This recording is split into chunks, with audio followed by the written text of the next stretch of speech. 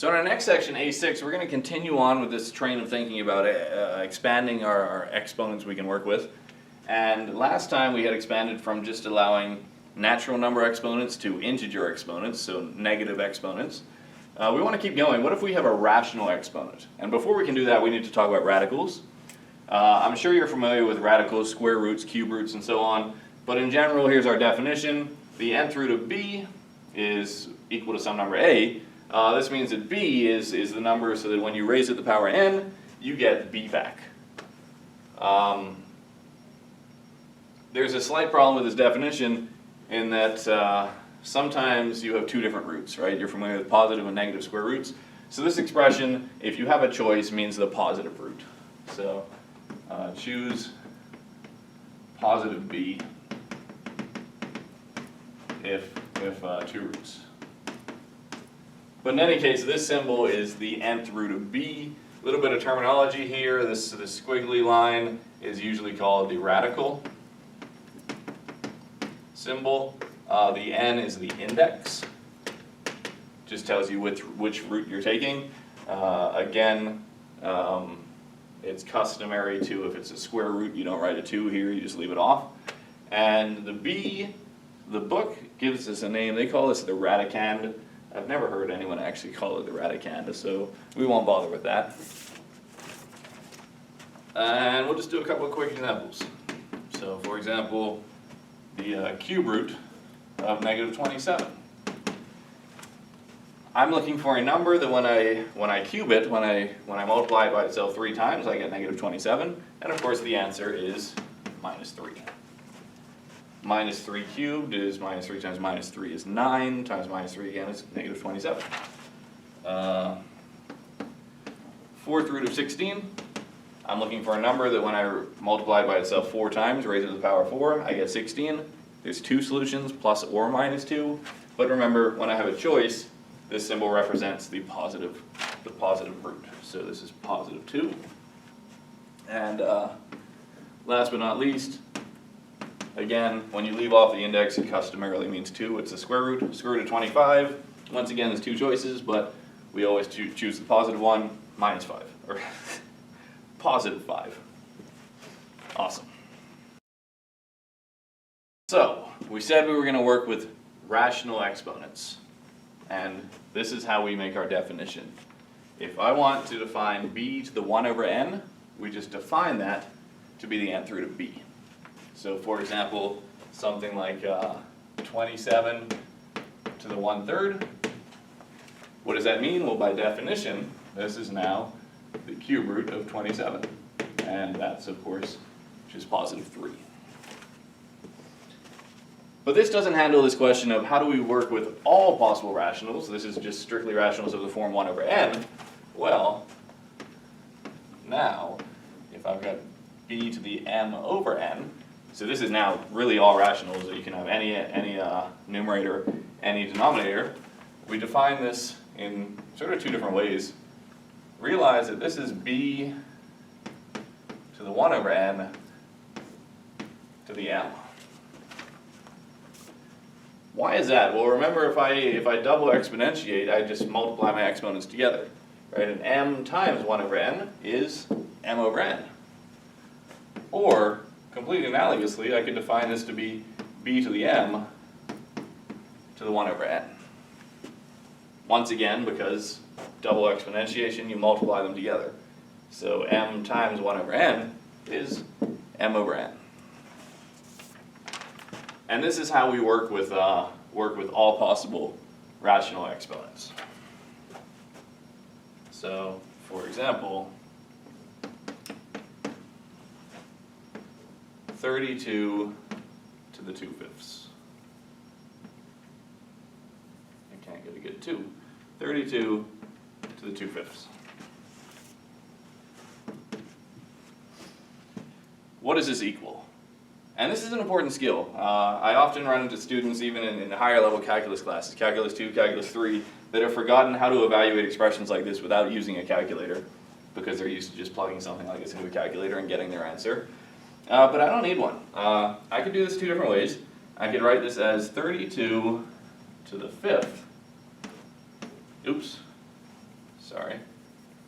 Let's write this as 32 squared to the 1/5. And then evaluate this. The problem here is I have to square 32. 32 squared is a big number, and then I have to start thinking about what's the 5th root of that. So this isn't wrong, but doing it by hand is kind of a mess. So let's not go that way.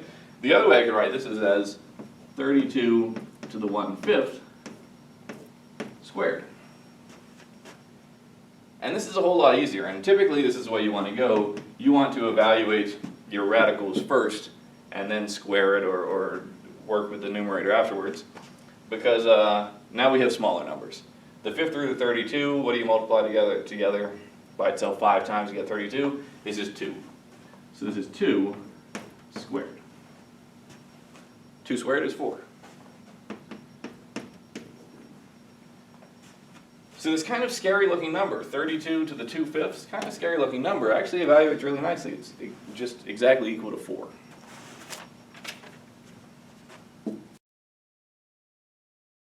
And so just to work with this a little bit more, 6x squared times y to the 5th, and then all raised to the 2 over 9. Typically you would leave stuff like this in exponent form, but I'm gonna write this as a radical. I'm gonna write this as the 9th root of 6x squared times y to the 5th, all squared. And notice, by the way, I could also write it like this. It's completely correct as well to write this as the 9th root of 6x squared y to the 5th, all squared, depending on how you're wanting to interpret this. But the second form is not particularly nice, and I like having this square on the inside because now I can distribute it. This is the 9th root of 6 squared, 36, x squared squared, multiply the exponents together is x to the 4th, multiply the exponents y to the 5th to the 2, multiply those is y to the 10th. So just working a little bit with exponents, you can sort of manipulate this expression to look like this if you want.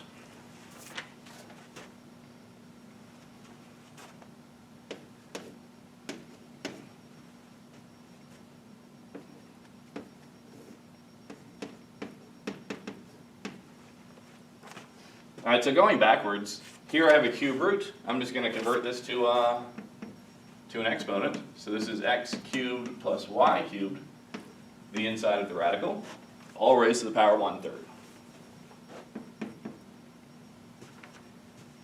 And that's all you can do with it. It's not a particularly exciting example, but I just want to point out that a really common mistake students would make is they try to distribute this. They try to say, well, I can multiply my exponents together. X cubed times 1/3 is just x. And y cubed times 1/3 is just y. But you can't do that. Alright, so this is wrong. If you look back at our properties, there's nothing that ever said if I have a plus b to the n, that's equal to a to the n plus b to the n. It's simply not. Remember, something like this you have to FOIL it out, or distribute it out if you want.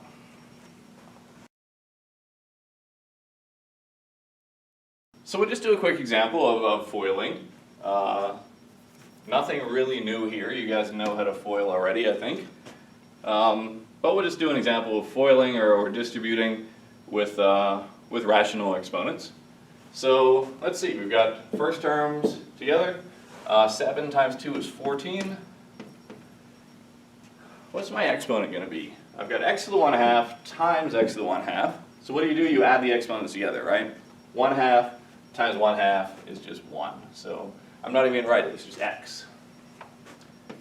Plus, outside terms, 7 times 3 is 21. X to the 1/2 times y to the 1/2. Unfortunately, can't do anything there. It's just x to the 1/2 times y to the 1/2. Then we've got minus, inside terms, minus 2x to the 1/2, y to the 1/2. And then last but not least, the last terms, minus 3, y to the 1/2 times y to the 1/2, add the exponents, 3y. Of course, the two middle terms are similar, they're like terms, so we should combine them. So we'll just finish this off as 14x plus 19. And I probably, in practice, I would always leave this in exponent form because we started off with exponent form. But just to illustrate a point here, this is a square root, right? This is square root of x times square root of y. I can write that as a single square root. That's just square root of x times y.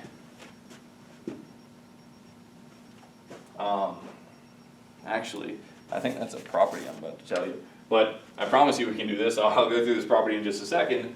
And then minus 3y.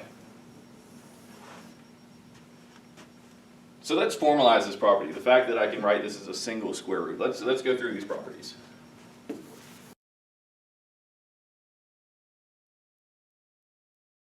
So here's three really important properties dealing with radicals or rational exponents, because now we know they're sort of the same thing.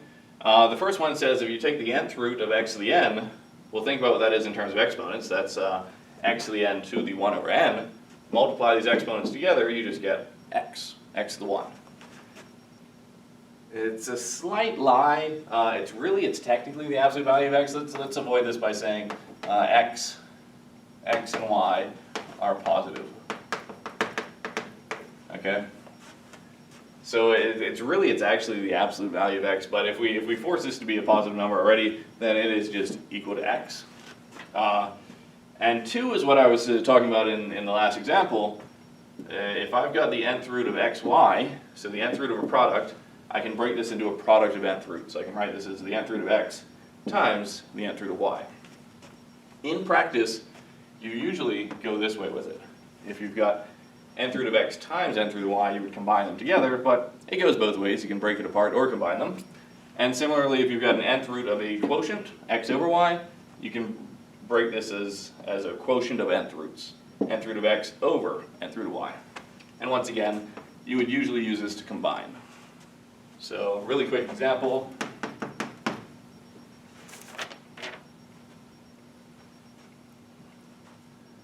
Let's say I have the cube root of 8y cubed. Well, using property number 2, I can break this apart, right? I can write this as the cube root of x, or sorry, the cube root of 8 times the cube root of y cubed. That's using property number 2. And now, cube root of 8 is just 2. And property number 1 says cube root of y cubed, as long as my indexes match the exponents, then cube root of y cubed is just y.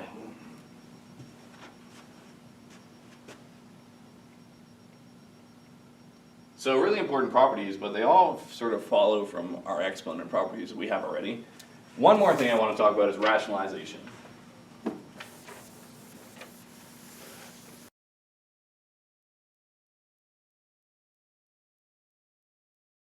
So I'm sure you've done this already, this rationalization technique, so I won't say much about it, but quite often you'll have something like this. You'll have a fraction where the numerator has a whole bunch of radicals in it, or the denominator has a whole bunch of radicals, and you want to get rid of them. You don't want any radicals left in the denominator. So what I'm going to do here with this expression is I'm going to rationalize the denominator. I want to get rid of my radicals down here. How do you do this? Well, it's the same thing every time. The trick is to take the entire denominator, the part that you want to rationalize, and multiply top and bottom of this expression by what's called the conjugate. And the conjugate is just, you replace the sign in this binomial, replace the sign with the opposite. So here I have a plus, I'm going to multiply by root 6 minus root 3. And of course I can't just go multiplying the top by this, I have to sort of balance it out. So root 6 minus root 3 over root 6 minus root 3. And now I've just multiplied by 1, right? This is just 1 when you cancel each term out. So I haven't changed the value, I've just made it look more complicated. But the reason I did that is because this will get rid of the radicals in the denominator. So what do I have up top? I've just got 9 times root 6 minus root 3. What do I have on the bottom though? Well, you could FOIL this out and you'll get the same answer as I'm about to get, Or you could realize, hold on, this is just a difference of two squares factorization, right? This is a plus b times a minus b. So what do I have? Well, I would square root 6 to get root 6 squared is 6, and then minus square root 3 to get 3. Right? Because this is a squared minus b squared. Root 6 squared minus root 3 squared. But FOIL it if you don't believe me, but this is a difference of two squares factorization. So this whole thing just becomes 9 times root 6 minus root 3 over 6 minus 3 is 3. And of course 9 over 3 becomes 3. So one more step. This is 3 times root 6 minus root 3. So here we rationalize the denominator. We cleared the bottom, and we cleared the denominator of radicals. And in doing so, it was worthwhile, I think, because it became a much nicer looking expression. So we'll do one more, but we'll rationalize the numerator in this next one.